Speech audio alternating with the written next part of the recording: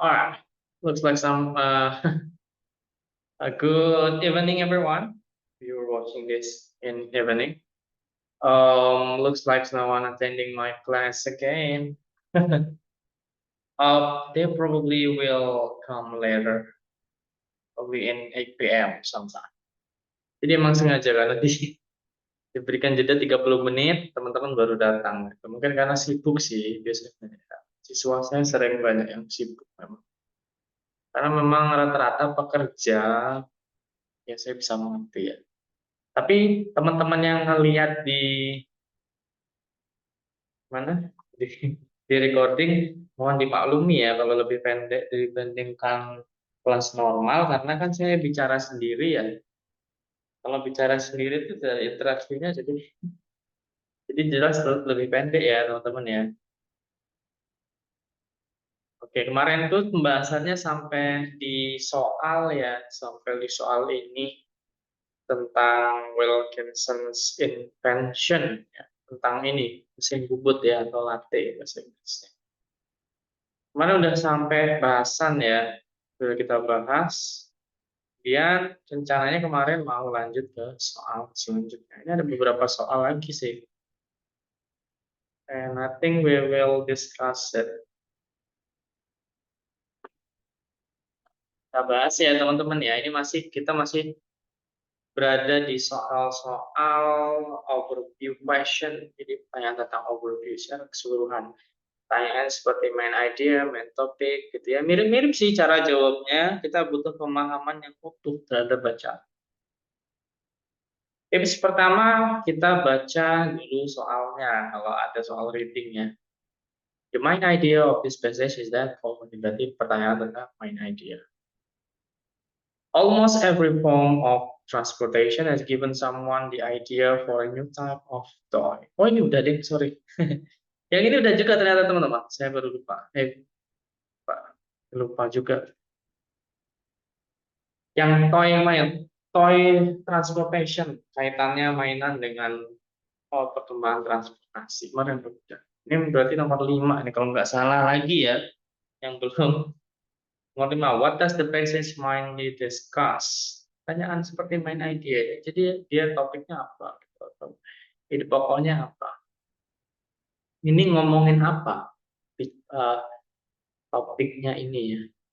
The story of the motor business from 1920 to the start of World War II in 1941 is one of the uninterrupted growth. Cerita dari motor bisnis dari 1920 sampai awal mula Perang Dunia Kedua di tahun 1941 adalah pertumbuhan yang tidak terganggu. Jadi cerita-ceritanya dulu itu modal bisnis itu nggak pernah terganggu walaupun Perang Dunia Kedua ya. Dari 1920 sampai Perang Dunia Kedua mulai 1941. Motels spread from the west and the Midwest all the way to Maine and Florida. Motels itu ya, seperti motels itu kayak hotel tapi di pinggir jalan, dia lebih mirip kayak kos-kosan. Jadi beda sama hotel. Motels itu tersebar dari the west atau barat dan juga Midwest, barat tengah, all the way to the Maine and Florida, sampai Maine dan juga Florida. They clustered along transcontinental highways, such as US Route 40 and 66, along the north-south routes running up down both east and west coast. Mereka they clustered itu kayak berjejer. Mereka berjejer sepanjang transcontinental highway, jalan antar provinsi lah gitu ya. Such as seperti rute 40 di Amerika Serikat ya. Nama rutenya US Route 40 and 66. Sampai dengan North-South Routes atau jalur North-South. Sampai juga dari timur dan juga barat. Timur dan coast itu ini ya, pantai ya, atau pesisir ya, sampai pesisir timur dan juga barat. Dulu ada sekitar, saya baca bahasa Inggris dulu. There were 16,000 motels by 1930 and 24,000 by 1940. Dulu ada 16.000 motels pada tahun 1930 dan 24.000 pada 1940. The motel industry was one of the few industry that was not hurt by the depression of the 1930s. Jadi industri dari motel adalah salah satu industri yang tidak tersakiti atau tidak terganggu dari the depression pada tahun 1930. The depression ini suatu keadaan ekonomi ya, di dunia ataupun ini konteksnya di Amerika yang benar-benar mempengaruhi di ekonomi mereka gitu ya, banyak yang ini konteks tambahan ya. Jadi depression itu nggak bisa diartikan kayak penyakit gitu, bukan ya depression. Tapi ini suatu keadaan ekonomi. Jadi pada dulu itu Amerika mengalami kesulitan ya, depression. Their cheap rates attracted travelers who had very little money. Harganya yang murah menarik travelers itu ya, travelers ya, tahu kan ya, pengunjung gitulah ya, turis atau travel atau orang yang musafir gitu ya, yang memiliki uang sedikit. What does the passage mainly discuss? Apa yang bicarakan apa hal ini? Apakah A, how the depression hurt the US motel? Apakah dia depression ini menyakiti motels? Enggak ya. Dibilangnya di sini that was not hurt by the depression of the 1930s. Dia nggak ngaruh gitu loh. Incorrect ya. B, the impact of transcontinental highway. Ini disinggung ya teman-teman ya. Transcontinental highways. Tapi ternyata motel itu kalau kita baca tidak hanya di transcontinental highway saja. Juga ada north-south routes juga ada, kemudian di pesisir juga ada ya. Tidak hanya di transcontinental highway saja. Jadi ini menurut saya kalau nggak incorrect ya irrelevant ya. Yang jelas pasti salah. Kalau yang sih the 2 decades of growth for motel industry. Apakah ini membicarakan tentang 20 tahun pertumbuhan motel industry? Iya ya. Nanti di sini dimulai story of dari 1920 sampai 1941 ya, kalau perhatikan. Berarti jawabannya yang C ya. Ini tambahan cerita ya teman-teman. Motel itu kenapa berkembang pesat? Di sini dijelaskan ya, ada banyak jalan gitu. Kalau di Amerika ada Transcontinental Highway, US Route 40 and 66. Karena konteks tambahannya itu jalanan di Amerika itu panjang dan banyak. Karena memang dataran mereka itu sangat luas ya. Mau beda ke state yang lain saja gitu sangat jauh gitu. Kayak satu provinsi mungkin masih 12 jam naik mobil, mungkin masih dalam satu state gitu, masih dalam satu provinsi. Konteksnya seperti itu ya. Makanya laris gitu motel atau pasti capek traveling di Amerika Serikat. Makanya bisnis motel di situ berkembang. Ya, tambahannya gitu ya. Oke, next question. Text 6. Number 6. With which of the following statement would the author probably agree? Jadi di antara 4 statement ini kira-kira mana yang author itu akan setuju atau penulisnya akan setuju? Baca dulu coba ya. Yang A, children lack the ability to concentrate. B, young children have much greater curiosity than adult scientists do. C, the first few years of school are the most important ones for most children. D, adult can use children intense curiosity to help children learn more. Coba lihat, kita baca ya sambil kita artikan.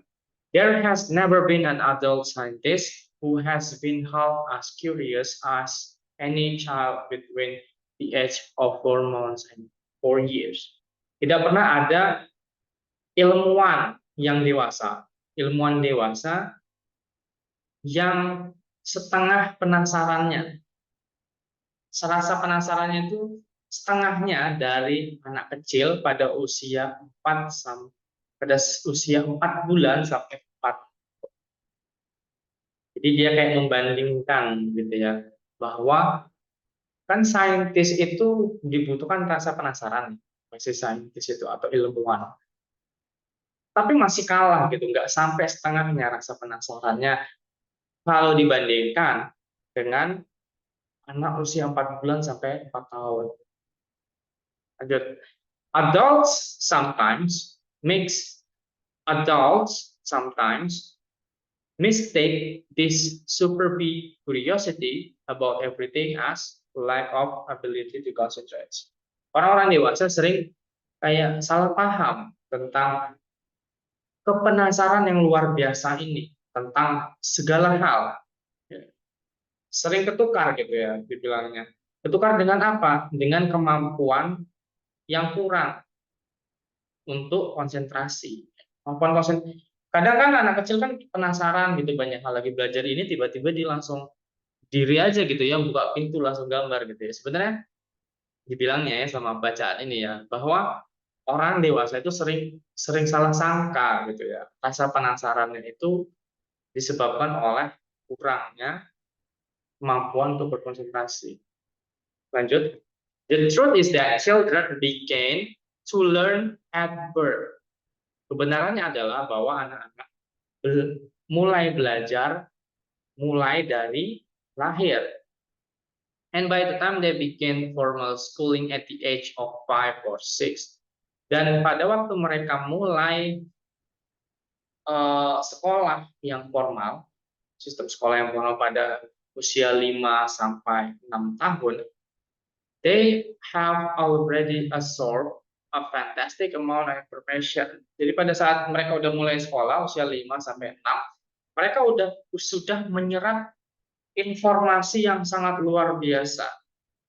Lanjut, perhaps more back to back than they will learn for the rest of their life. Bahkan mungkin fakta per fakta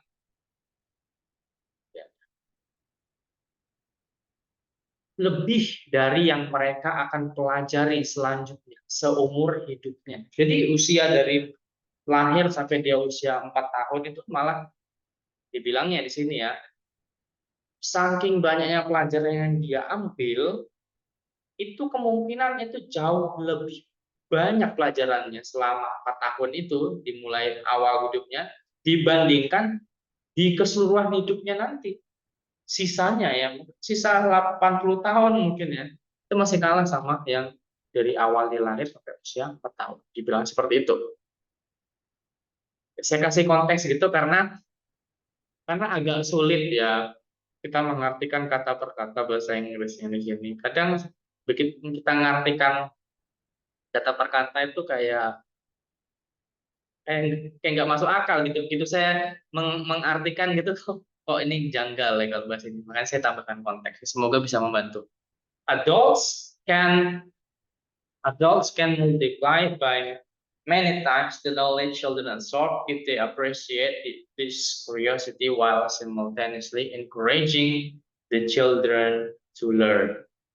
Orang-orang dewasa dapat berkali-kali multiply by many times, berkali-kali lipat membantu kayak ya ini kalau ini contohnya ya, kata perkara ini agak sulit untuk diartikan bahasa Indonesia. Adults can multiply by, ini kalau kata per kata gini artinya, adults orang dewasa dapat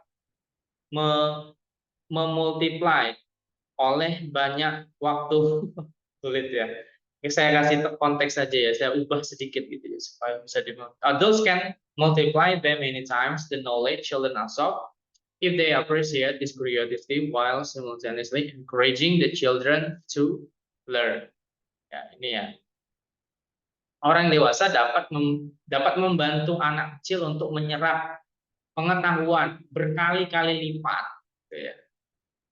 If they appreciate, jika mereka mengapresiasi rasa penasaran ini, sambil secara simultan membantu anak kecil itu untuk belajar, atau anak-anak untuk belajar, ya, children itu jamak. Which of the following of the statement, which of the following statements would the author agree? Mana nih kira-kira penulis bakal setuju setelah kita baca? Apakah yang A, children lack the ability to concentrate? Enggak ya, ini udah dibantah loh tadi yo. Karena bilangnya adult sometimes mistake this super big curiosity about everything, children malah as lack of ability to concentrate. Jadi orang dewasa sering menyalahartikan, gitu ya. Menyalahartikan apa? Menyalahartikan kepenasaran anak kecil. Kan anak kecil itu sangat penasaran. Sering kita salah sangka, gitu ya. Salah sangka. Kita mengiranya anak kecil itu sulit untuk konsentrasi, padahal mereka itu saking sangat penasarannya, gitu, saking ingin belajarnya. Kadang saat kita ajarkan berdiri, mungkin ya kita ajarkan berdiri, tiba-tiba dia malah milih duduk terus menggigit-gigit mainannya, gitu ya. Itu sebenarnya bukan dia nggak bisa konsentrasi untuk belajar berjalan ya, tapi dalam secara psikologisnya dibilangnya di sini ya, itu adalah rasa penasarannya dia, rasa ingin belajarnya dia itu terlalu terlalu luar biasa. Yang A otomatis salah ya dengan pernyataan yang ini dari sini. Kalau yang B, young children have much greater curiosity than adult scientists do. Anak kecil memiliki rasa penasaran yang luar biasa, lebih dari ilmuwan dewasa. Mungkin bisa benar ya di sini, karena ada pernyataan di kalimat yang sama. There has never been an adult scientist who has been half as curious as any child between the age of 4 months and 4 years. Tidak ada pernah, dibilangnya ini bold statement juga ya. There has never been an adult scientist. Nggak pernah ada orang ilmuwan dewasa yang setengah penasarannya, gitu. Kayak rasa penasaran itu setengah, gitu ya, dari rasa penasarannya anak kecil. Jadi kalah jauh, gitu loh, nggak sampai setengahnya rasa penasarannya ilmuwan dewasa. Berarti ya ini bisa jadi benar ya, tapi kita lihat apakah ada yang lebih benar. Kadang ada yang kayak lebih benar, gitu teman-teman. Mungkin bisa jadi ini kurang spesifik atau gimana, gitu ya. Kadang di overview question seperti itu. Jadi jangan kita terlalu terburu-buru. Memang kita tidak diburu oleh waktu ya, tapi jangan terlalu juga terburu-buru. Karena memang ada pernyataan yang memang benar, tapi kadang terlalu spesifik, gitu, nggak menjawab. Option C, sorry. The first few years of school are the most important ones for most children. Apakah iya? Ini dibilang di sini ya. By the time they began formal schooling at the age of 5 or 6, they have already absorbed a fantastic amount of information. Berarti enggak ya teman-teman ya. Karena dibilang pada awal sebelum mereka sekolah saja mereka sudah banyak gitu menyerap informasi pada saat itu. Jadi saya rasa kata the most important ini salah ya. Yang di adults can use children intense curiosity to help children learn more.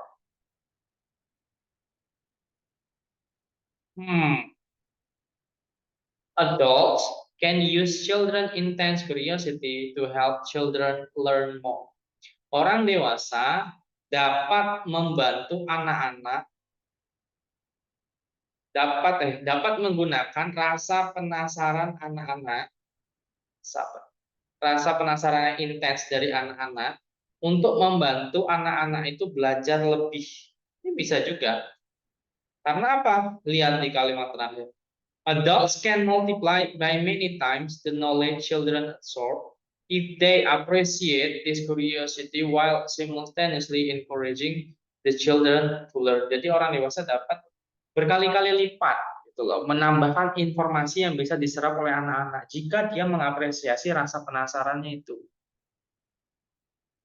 Sambil juga mereka secara simultan membantu anak itu untuk belajar, ya, memfasilitasi. Berarti antara B dengan yang C ya. Kalau di sini young children have much greater curiosity than adult scientists do. Kalau ini young children ya bisa juga. Tapi kayak much greater itu agak, ini kata-kata yang bold juga ya, yang kayak much greater itu kan berkali-kali lipat gitu ya. Sedangkan di sini kan ya berkali-kali lipat juga ya. About us half gitu ya, nggak nyampe setengah rasa penasaran. Tapi kalau dibilang much greater gini agak meragukan juga ya, apakah ini bisa disebut much greater atau enggak. Selain itu juga young children-nya itu nggak menspesifikkan juga kan pada usia berapa. Sedangkan di sini disebutkan the age of 4 months and 4 years gitu. Di mana pada saat 4 bulan sampai 4 tahun itu masa-masa dia penasarannya itu sangat besar dibandingkan oleh ilmuwan yang dewasa. Seperti itu kan ya. Tapi di sini di pilihannya yang B itu young children. Young children itu kan banyak ya, young children mungkin bisa 5 tahun, tapi 5 tahun nggak masuk kategori yang ini. Jadi saya rasa saya akan pilih yang B, yang D, sorry, yang D. Lebih valid saya rasa ya, lebih benar gitu loh. Itulah ya teman-teman gunanya teman-teman pilih, dibaca semua pilihannya, mana tahu ada jawaban yang lebih benar. Adults can use children intense curiosity to help children learn more. Bisa. Okay, number 7. The paragraph following this one most likely deals with. The paragraph following this one most likely deals with. Ini pertanyaan, jenis pertanyaan yang kayak kita disuruh menebak kira-kira paragraf selanjutnya itu membahas apa. Kalau yang A, which in ways in which adults can help children learn by stimulating their curiosity. B, the learning habits of children over the age of 4. C, the methods adult scientists to use the curiosity of young children. D, ways in which adults can become as curious as children about their environment. Nah ini caranya teman-teman, kalau disuruh seperti ini, the paragraph following this one most likely deals with, kita disuruh menebak ya paragraf selanjutnya itu apa, bicarakan tentang apa. Kalau disuruh seperti itu, kita baca kalimat terakhirnya. Sedangkan kalau misalkan disuruh menebak paragraf yang muncul sebelum bacaan ini, kita baca di kalimat. Biasanya nyambung situ ya. Kita baca paragraf kalimat yang paling terakhir ya, yang mana itu yang ini ya. Dimulai dari adults ini. Adults can multiply by many times the knowledge children absorb if they appreciate this curiosity while simultaneously encouraging the children to learn. Berapa? Ini bicarakan tentang pengetahuan anak kecil itu bisa dibantu gitu loh, bisa dibantu berkali-kali lipat apabila orang dewasa itu men-encourage atau membantu, memfasilitasi gitu anak kecil, anak untuk belajar. Maka yang A, ways in which adults can help children learn by stimulating their curiosity. Bisa jadi kalau ini ya. Bisa. Yang B, the learning habits of children over the age of 4. Jadi di kalimat terakhir nggak membicarakan tentang age of 4 ya. Kemudian nggak bicara tentang habits of children juga. Saya rasa kurang ya. Kalau yang C, the methods adult scientists use to study curiosity of young children. Ini jelas salah. Metode orang dewasa yang digunakan. Metode saintis dewasa atau ilmuwan dewasa gunakan untuk mempelajari rasa penasaran anak kecil yang muda. Rasa salah ya. Jadi, ways in which adults can become as curious as children about their environment. Cara bagaimana orang dewasa dapat sama rasa penasarannya seperti anak-anak tentang lingkungan sekitarnya. Salahnya. Yang benar itu adalah yang ways in which adults can help children learn by stimulating their curiosity.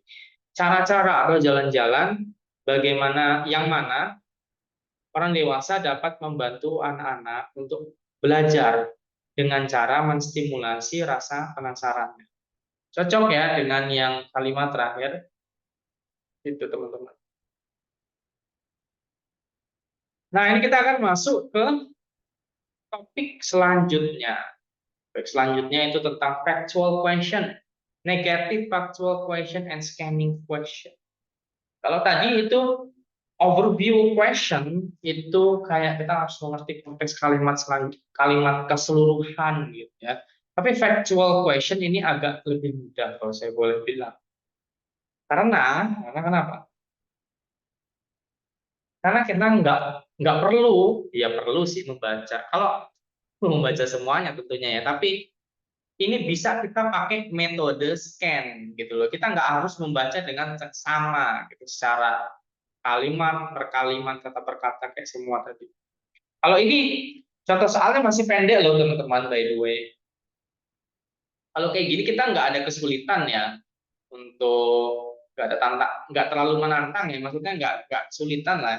Karena ini hanya satu satu paragraf gitu. Tapi kalau yang aslinya soal TOEFL yang aslinya itu akan terdiri dari banyak paragraf, bisa mungkin 3 sampai 4, kadang 5 paragraf gitu. Dan barisnya itu bisa 15 sampai 20 bahkan ya.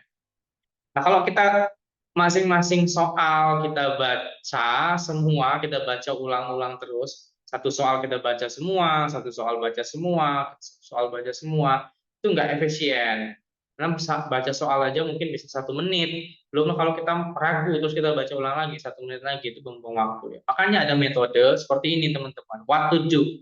Apa yang harus kamu lakukan kalau ada pertanyaan factual question? Sebelum kita belajar what to do, apa yang harus dilakukan, kita harus kenali dulu ya pertanyaannya gitu ya. Pertanyaan seperti apa? Pertanyaan seperti ini. According to the passage, bla bla bla. Mencarikan factual question biasanya. According to the author, bla bla bla. According to the information in paragraph 2, kan langsung spesifik ya paragraph 2. What does the author say about? Nah, ini teman-teman nanti akan muncul keywords-nya, teman-teman.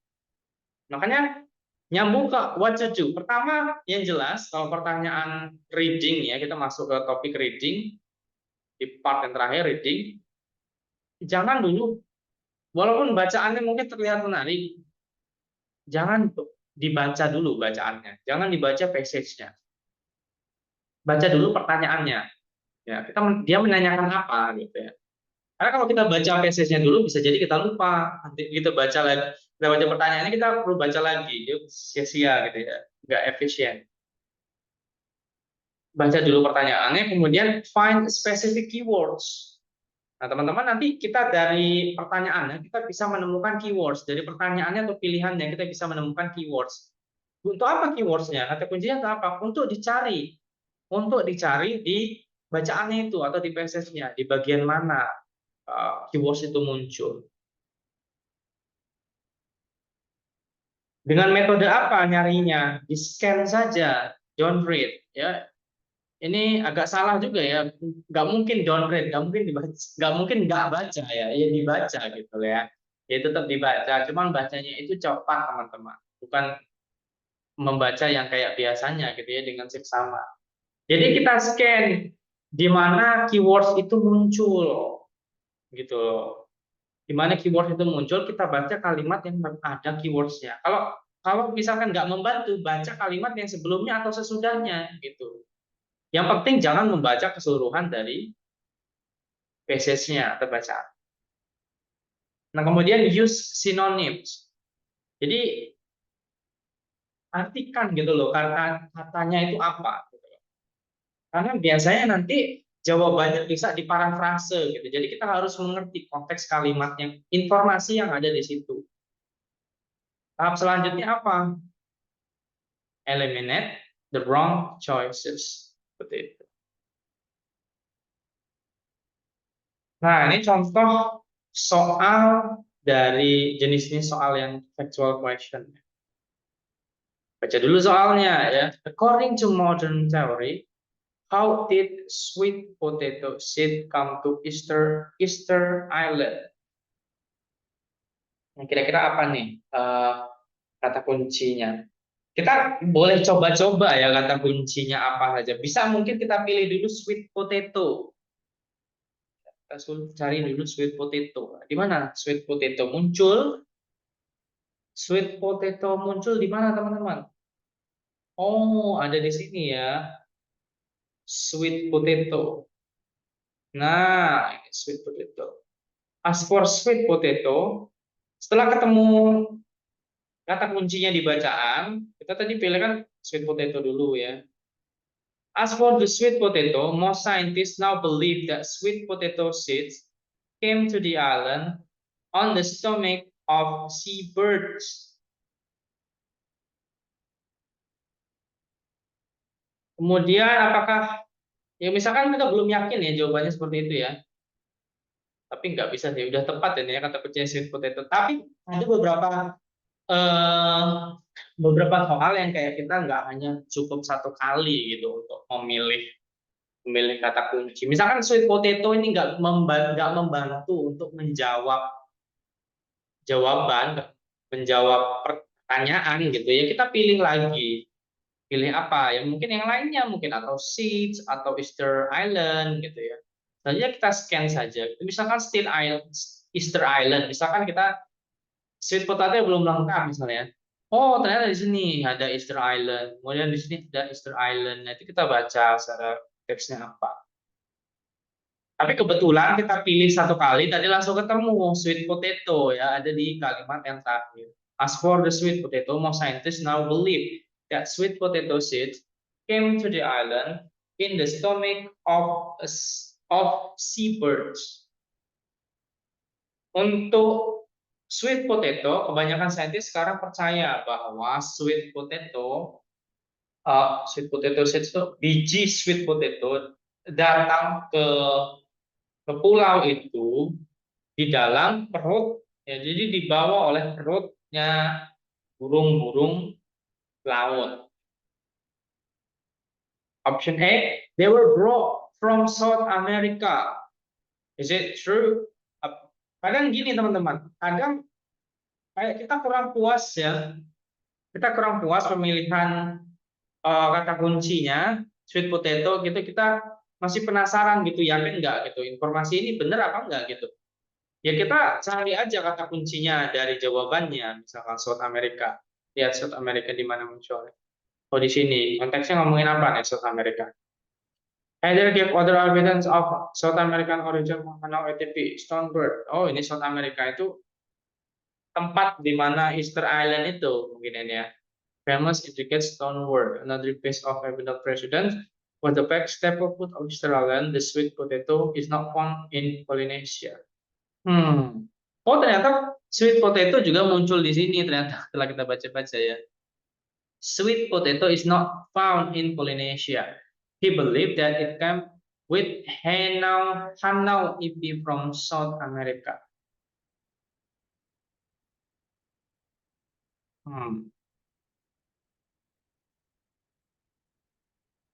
They were brought from South America.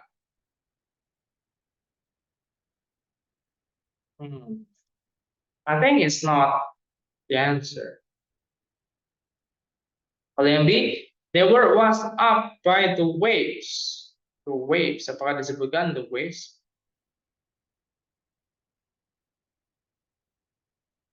Ini kadang kita perlu membaca ya, tapi perlu membaca banyak, mungkin kita perlu membaca banyak karena kita mungkin nggak yakin gitu ya. Nggak apa-apa dibaca banyak, tapi nggak usah kayak dibaca dengan seksama. Mungkin bisa di scan saja, baca dengan cepat.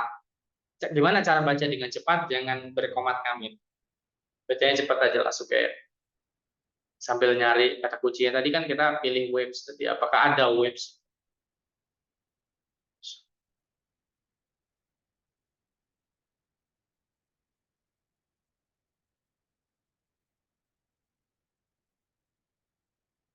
Nah, nggak ada ya, ternyata yang B itu nggak ada. They were brought by Western in 1722. Nggak ada ya. Dilihat di sini nggak ada. 1722 nggak ada. They were transported by seabirds. Nah, ini benar ya. They were transported. Selain itu teman-teman, kalau teman-teman kemarin tadi belum sempat memilih media modern theory sebagai kata kunci, ini ada modern theory itu kan now berarti ya. Modern theory itu kan sekarang gitu ya. Modern theory itu makanya tadi disuruh cari sinonim ya, kata kuncinya itu dicari juga sinonim di konteksnya itu. Modern teori itu bisa menyatakan bahwa suatu teori dianut sekarang. Jadi yang benar adalah yang they were transported by seabirds. Transported itu kayak dibawa gitu ya. Ini kan dibilang in the stomach of seabirds. Jadi jawabannya yang di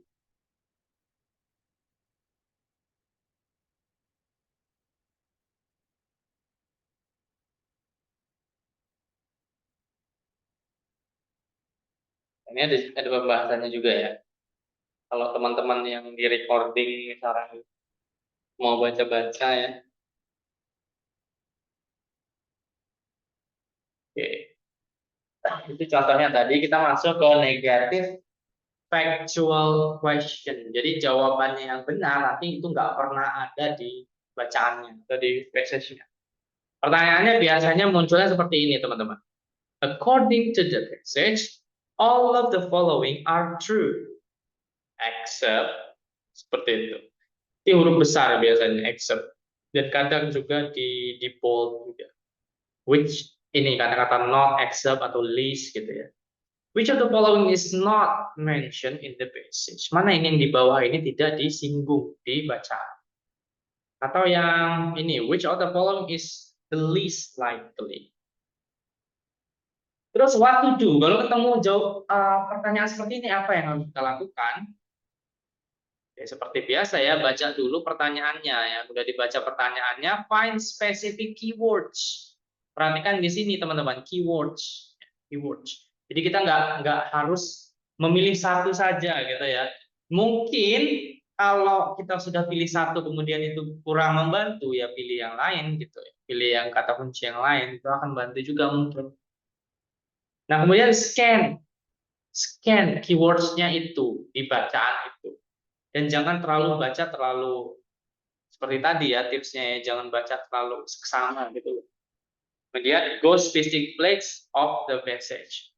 Eliminate the wrong choices, the ones that are in the text. Jadi pilih jawaban yang salah atau jawaban yang ada di bacaan itu bukan jawabannya gitu. Kalau seperti ini berarti kita cari jawaban yang tidak ada di bacaan. Kita suruh cari mana yang salah.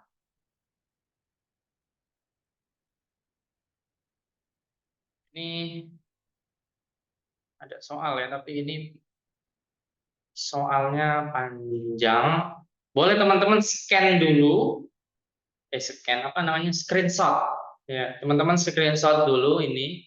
Kita berikan waktu berapa detik ya? 10 detik untuk screenshot ini. Kemudian nanti akan saya tampilkan soalnya.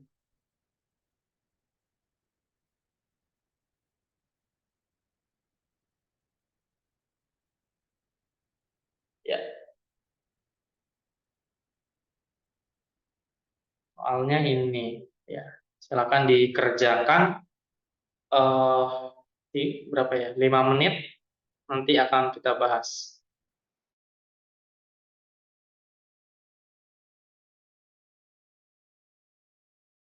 Udah di screenshot belum by the way?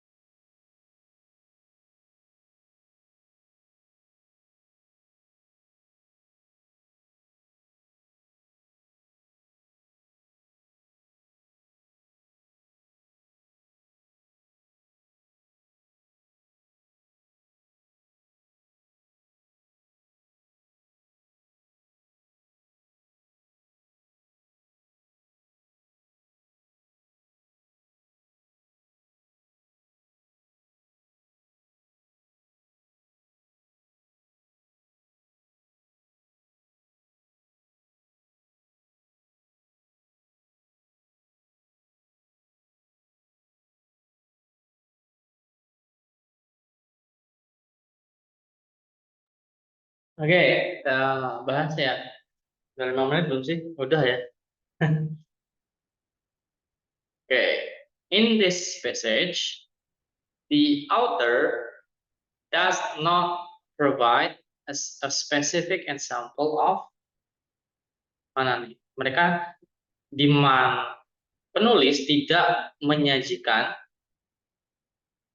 contoh yang spesifik dari apakah a bird is affected by behavioral barriers.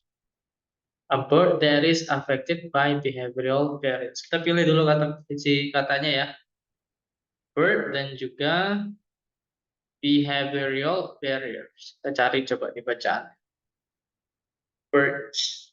Sebuah burung yang tidak apa? Sebuah burung yang terkena efek dari behavioral barriers. Birds, mana birds? Kita cari dulu behavioral barriers coba. Behavioral. Hmm,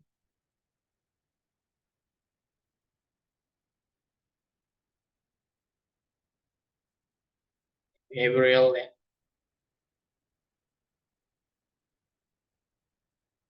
Nah, ini juga ada. Birds that fly long distances often remain in very limited area. Ini behavioral barriers ya. Birds ketemu bahwa beberapa burung itu bisa terbang jauh, tapi dia terbatas di beberapa area. Birdling weavers are found only in Michigan. Nah, ini contohnya. Dia memberikan contoh nih tentang burung, yaitu apa?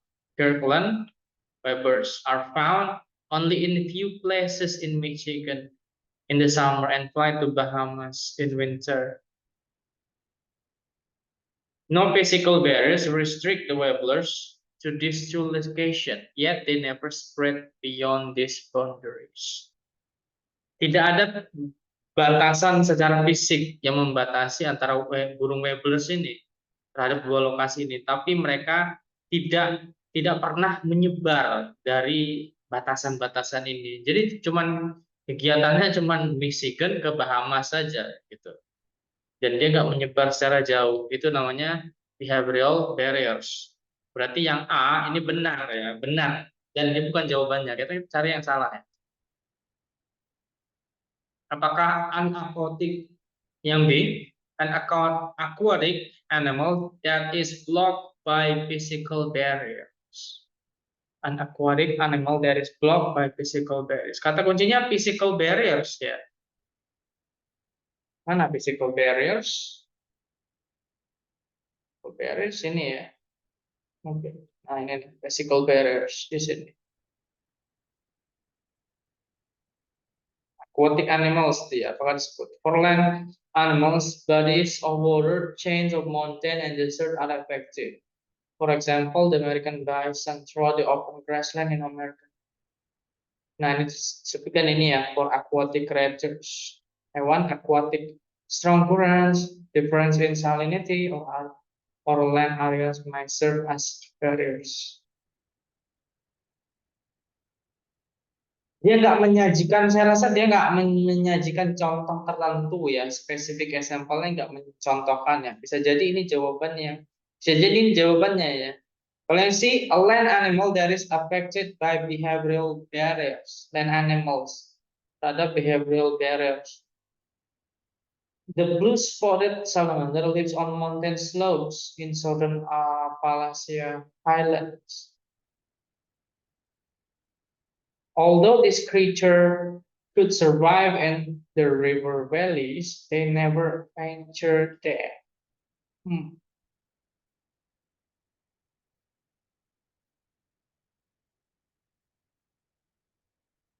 Mana nih?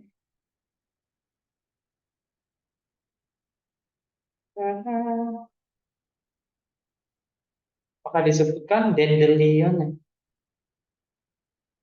Behavior bar blue spotted salamander ini darat atau enggak ya? Salamander itu saya rasa ini ya kayak amfibi gitu ya. Salamander. Mountain slope. Slope itu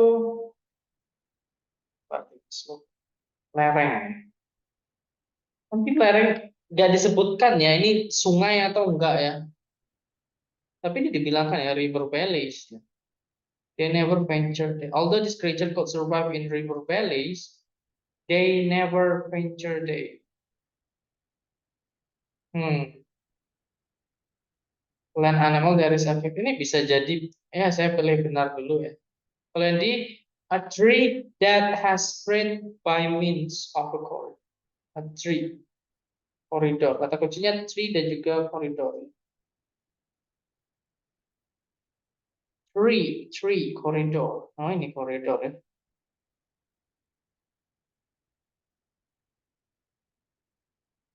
Which is various type of trees such as Engelmann spruce. Oh ini berarti benar ya. Necrotic that is what by physical birds. Land animal that is affected by behavioral error.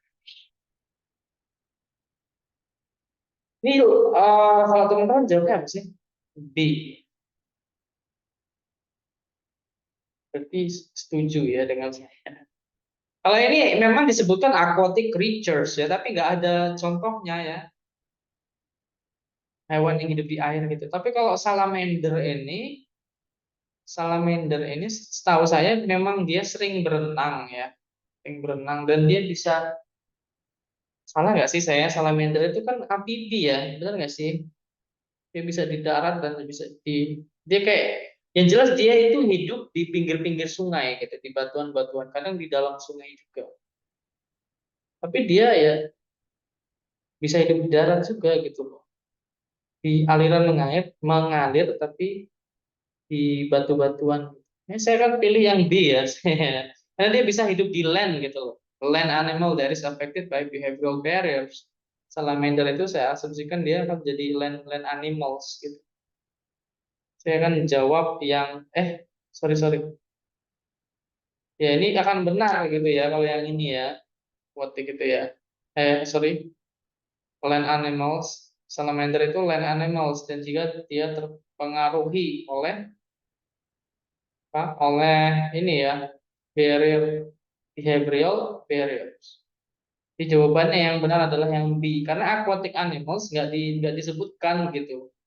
Contohnya apa? Karena di sini kan example of, specific example of an aquatic animal nggak disebutkan sama sekali ini ya. Yang disebutkan hanya bison saja, aquatic creatures nggak ada. Ini ada jawabannya ya.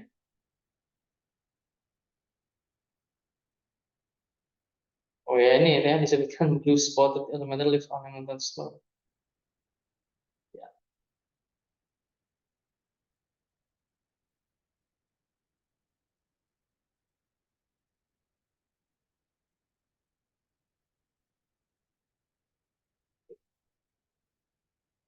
Ya itu ya jawabannya tadi. Sekarang scanning questions. Some particular information or transition is located. Gunakan cara scanning. Jadi nanti kayak kita disuruh nyari di bagian mana gitu. Nih contoh pertanyaannya nih ya. In what line does the author shift his focus to bla bla bla. Jadi kita disuruh cari di baris berapa penulis ini memfokuskan diri terhadap sesuatu atau misalkan terhadap salamander gitu ya. Di line berapa terhadap salamander? Suruh dicari gitu saja, suruh scan. Kemudian di baris berapa? Jawabnya gitu saja. Nanti jawabannya bisa line 2, line 4 atau line 4 to 5 seperti itu. Kemudian where in the passage does the author first discuss? Nah, ini juga sama. Nanti jawabannya bisa kayak 4 to 6, 4 to 8 seperti itu. 4 ke 8, 5 ke 3, 3 ke 5 gitu. A description can be found where in the passage does the author specifically stress.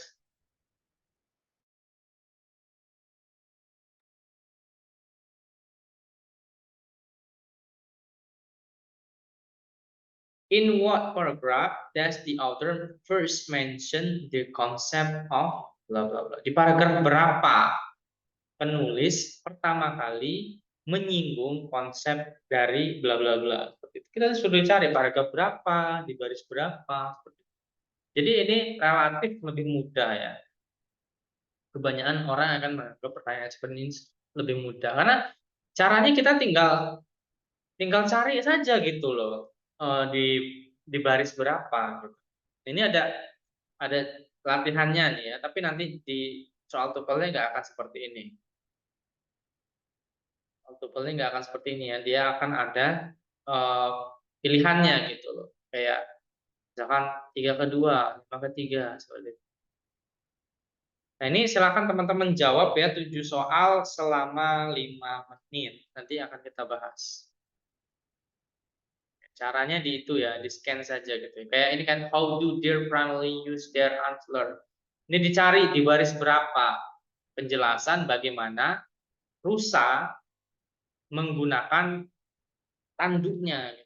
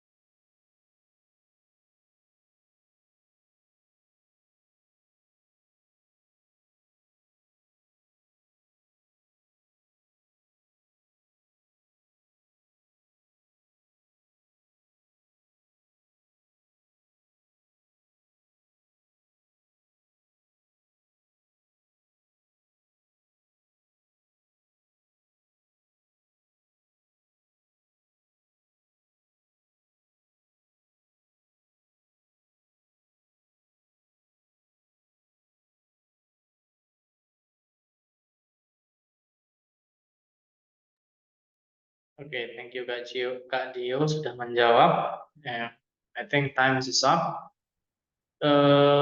Number one, how deer primarily use their antlers. Kata kuncinya ada di antlers. Kemudian apa? Use ya, use. Mana nih? Use antler dan use. Oh ini antler, use. Kemudian kita bisa tahu juga chiefly itu artinya seperti kayak utamanya gitu. Chiefly. Sama seperti primarily, sama-sama adverb ya. Maknanya sama gitu. Chiefly sama primarily. To fight and match for leadership. Berarti ini di line di line kedua ya. Di line kedua. Sampai 3 lah boleh dibilang seperti itu ya. Sampai ya karena berhentinya di sini ya. Kemudian apa lagi? In what way are reindeer and caribou different from other types of deer? Kata kuncinya apa? Reindeer dan juga caribou. Mana reindeer disebut? Oh, di sini ya, reindeer dan caribou. Among species of deer, only males have antler, but both male and female reindeer and caribou have antlers. Berarti dari mana? Berarti dari ya bisa dibilang dari kalimatnya kan mulai di sini ya, mungkin ya bisa dibilang ini 3 sampai 5 lah ya, bisa dibilang seperti itu ya.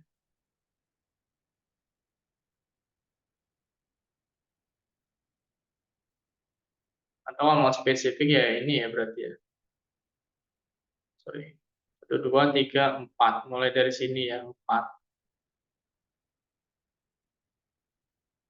Tapi biasanya jenis-jenis pertanyaan yang kayak gini, scanning ini biasanya kayak 3 sampai 5 gitu-gitu. Dia menghitungnya mulai dari kalimat. Dan apalagi, when do deer that live in temperate climates begin to grow their antler? Temperate climates. Kuncinya. Mana? Temperate climates itu artinya sebenarnya mirip kayak tropical climates. Deer that live in mild and cool climate lost their antler each winter. New ones began to grow next spring. Deer that live in tropical climates may lose their antlers and grow once at other times of the years. Jadi kayak tiap tahun gitu ya. Berarti mulai dari sini ya, dari 7 sampai 8 ya. 7 sampai 8. Nomor 4, according to the article, which of the following does the skin on their antlers most closely resemble? Skin. Ada kuncinya kita pilih skin ya. Kemudian deer's antler. Skin mana? Skin grows over the skin lagi ini muncul. Makes it look like velvet. According to the article, which of the following does the skin on most likely closely resembles? Dibilang ini ya. Short fine hair on the skin makes it look like velvet. Berarti di sini teman-teman. Di 11 sampai 12 ya. Nomor 5. Which of the following factors influences the size and shape of the antlers? Size and shape. Mana nih? Size and shape. Oh, di sini. Berarti ada di line 15 sampai 16 ya. 15 sampai 16. And then number 6. At what age do deer get their first antlers? Kata kuncinya first antlers berarti ya. First. The first set grows when the deer is from 1 to 2 years old. Berarti ini ada di nomor 16 sampai 17. Nomor 7, what happened to a deer antlers as the deer grow older? Grow older. Kata kuncinya older ya. Oh ini ada. Berarti di line berapa? Ada di line 18 sampai 19. Oke. Terjawab semua ya. Kita coba ada soal ini. Soal yang terakhir. Ambient drivers are the one who option A can descend to extreme depths, B use submersible vehicle, C use no equipment, or D are exposed to surrounding water. Which one is it? Ya, teman-teman boleh coba ya. Saya beri waktu 2 menit untuk jawabnya. Karena ini scan question ya, jawabnya lebih cepat ya. Harusnya sih 1 menit, tapi nggak apa-apa.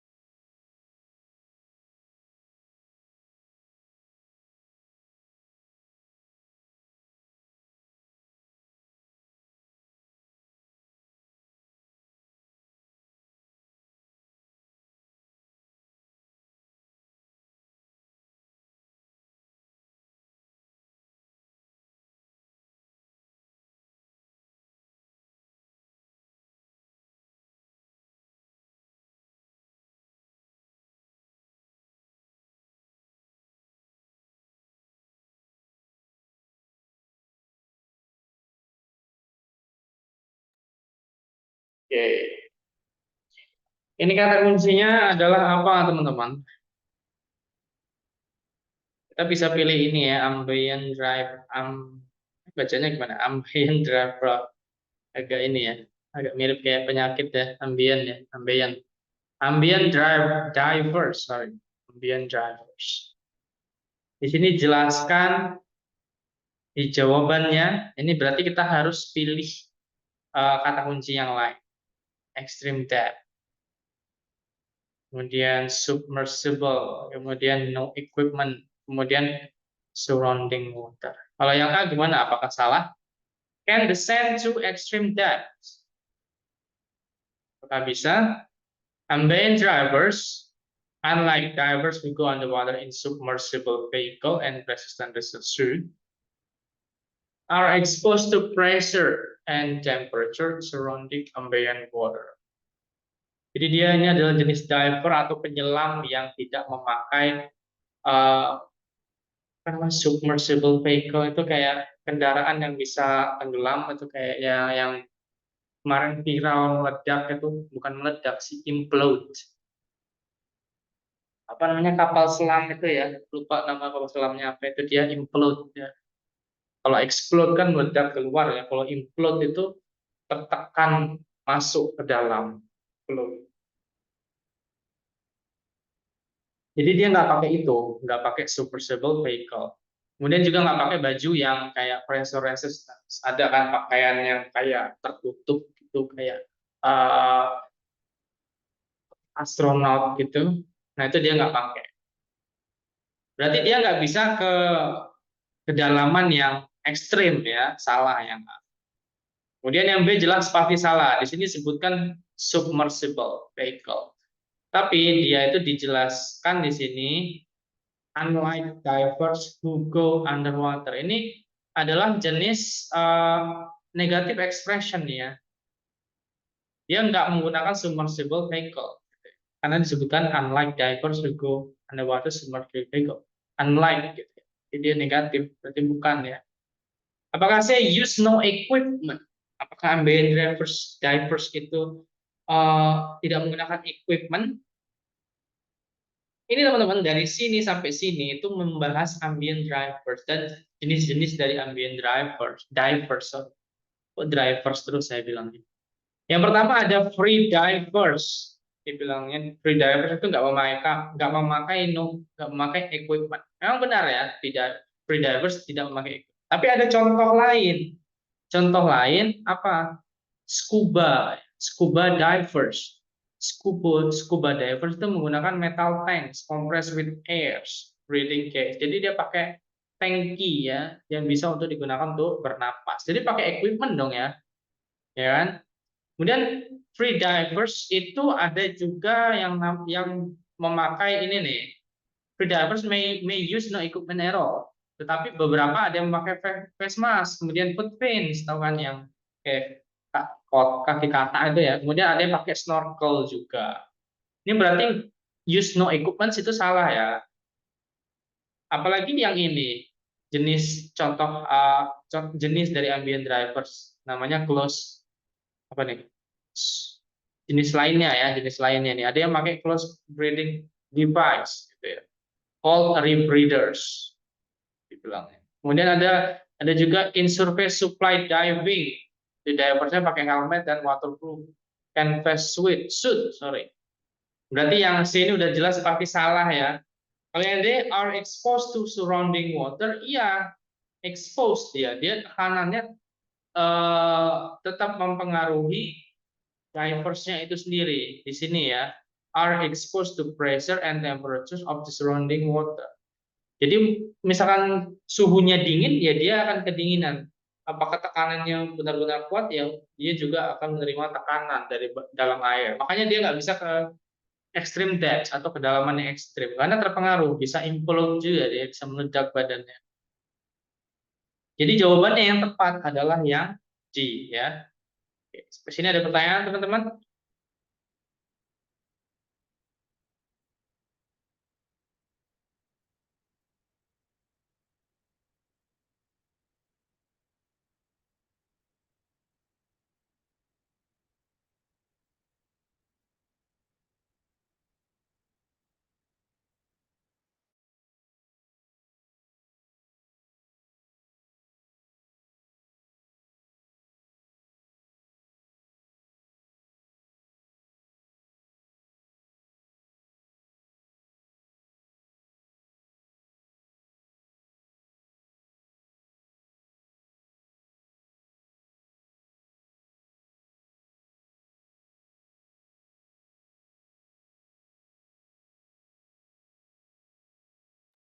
Oke, kalau nggak ada, kita cukupkan sekian kelasnya hari ini. Terima kasih banyak atas kehadirannya. Dan sampai jumpa lagi di esok hari. Kita sisa 3 pertemuan lagi kalau nggak salah ya. Atau 4 ya. See you in the next meeting. Thank you very much. Bye.